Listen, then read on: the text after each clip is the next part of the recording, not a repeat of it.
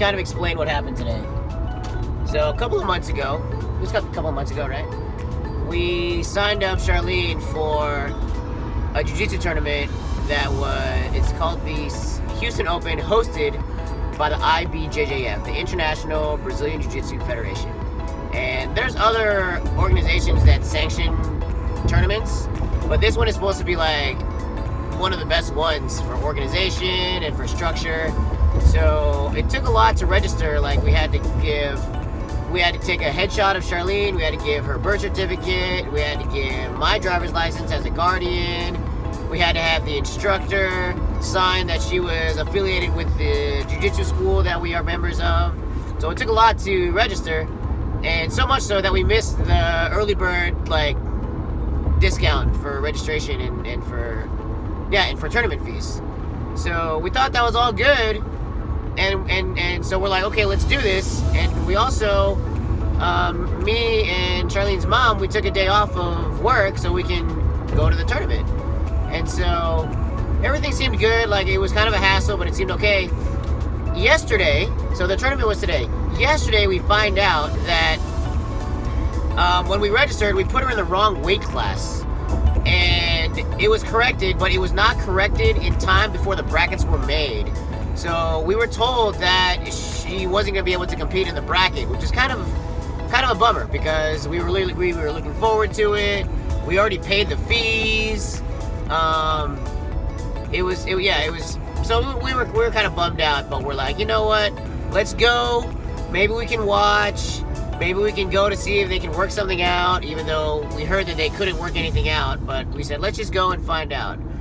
Well, this is the first time the IBJJF has hosted a kids tournament in the city of Houston. So needless to say, there was a lot of hiccups. There was a lot of things kind of didn't go the way they normally go, because it was a first for them, just like it was a first for us. And so through some kind of weird loophole, 2 of the 4 girls in their bracket, like Charlene and one other girl, they kind of made the same error. So the IBJJF, they allowed Charlene and this other girl to compete against each other, because otherwise both girls would have to just go there, pay the fees, and then not get to do what we were all there to do. And it wasn't even really about winning. It was more about number one, in no particular order, we were there to represent our school. We were there to have fun, hang out as a family. We were there to bond with our jiu-jitsu practitioner, student, athlete, and friends. And we were there to compete, So the fact that their rules are so strict, it kind of worked against us yesterday. But today, it seemed like they were they were able to meet us in the middle. So that was kind of nice.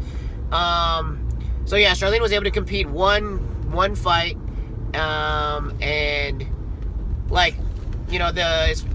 it looked like it maybe wasn't an official fight, but the things we paid for were still we still got the official refereeing, we still got the official mats, all the venue was still the same. She didn't get the medal because it wasn't really official, but she was still able to compete with somebody else, and still got this medal. And she still got another medal.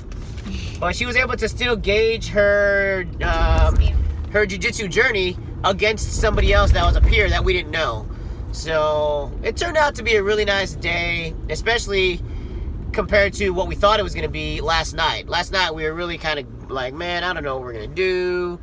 And even we went to our own jiu-jitsu school, and even the professors there were like, yeah, I'm really sorry, it's disappointing. But we tried to make the most of it, and I don't know, I thought it went really well. Right, Charlene? Mm-hmm. Yeah. How you feel, Charlene? I feel fine. She feels fine. Yeah, so if you're curious how the match went, both girls did well. Charlene was fortunate enough to win, so that was nice. There's some video of that. We'll probably share that in another video. So anything else? Okay, bye. Bye.